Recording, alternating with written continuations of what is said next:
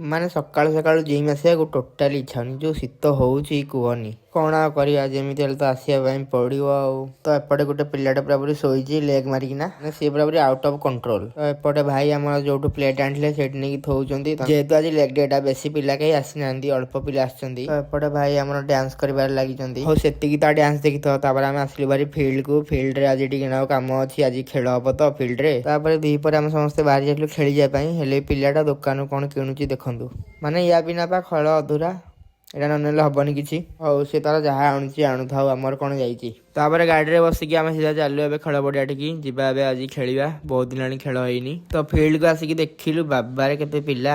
ଯେହେତୁ ଆଜି ଓପନିଂ ହବ ଖେଳଟା, ତ ଆଜି ବହୁତ ପିଲା ଆସିଛନ୍ତି। ତ ଏପଟେ ଦାଦା ଆମର ପିଲାଙ୍କୁ ପାଟି କରୁଛନ୍ତି ବଲ୍ ଜଗିବା ପାଇଁ। ହେଲେ ପିଲାଙ୍କର କିଛି ଖାତିର ନାହିଁ, ସେ ତାଙ୍କର ହସରେ ଉଡ଼େଇ ଦଉଛନ୍ତି। ଏପଟେ ବ୍ୟାଟ୍ସମ୍ୟାନ୍ ଆମର ଟିକେ ନା ଟେକି ଦିଅନ୍ତୁ। ଏପଟେ ଭାଇ ଆମର ବଲ୍ ଗଣୁଛନ୍ତି। ସେ ଗଣିକି କହିବେ କେତେଟା ବଲ୍ ଅଛି ଆମକୁ। ତ ଭାଇ ଯୋଉ ବଲ୍ ଆସିଲା ପାଇକି କେତେ ଖୁସି ଅଛ? ବହୁତ ବହୁତ ବହୁତ ଖୁସି ଅଛି, କଳ୍ପନା ବାହାରେ।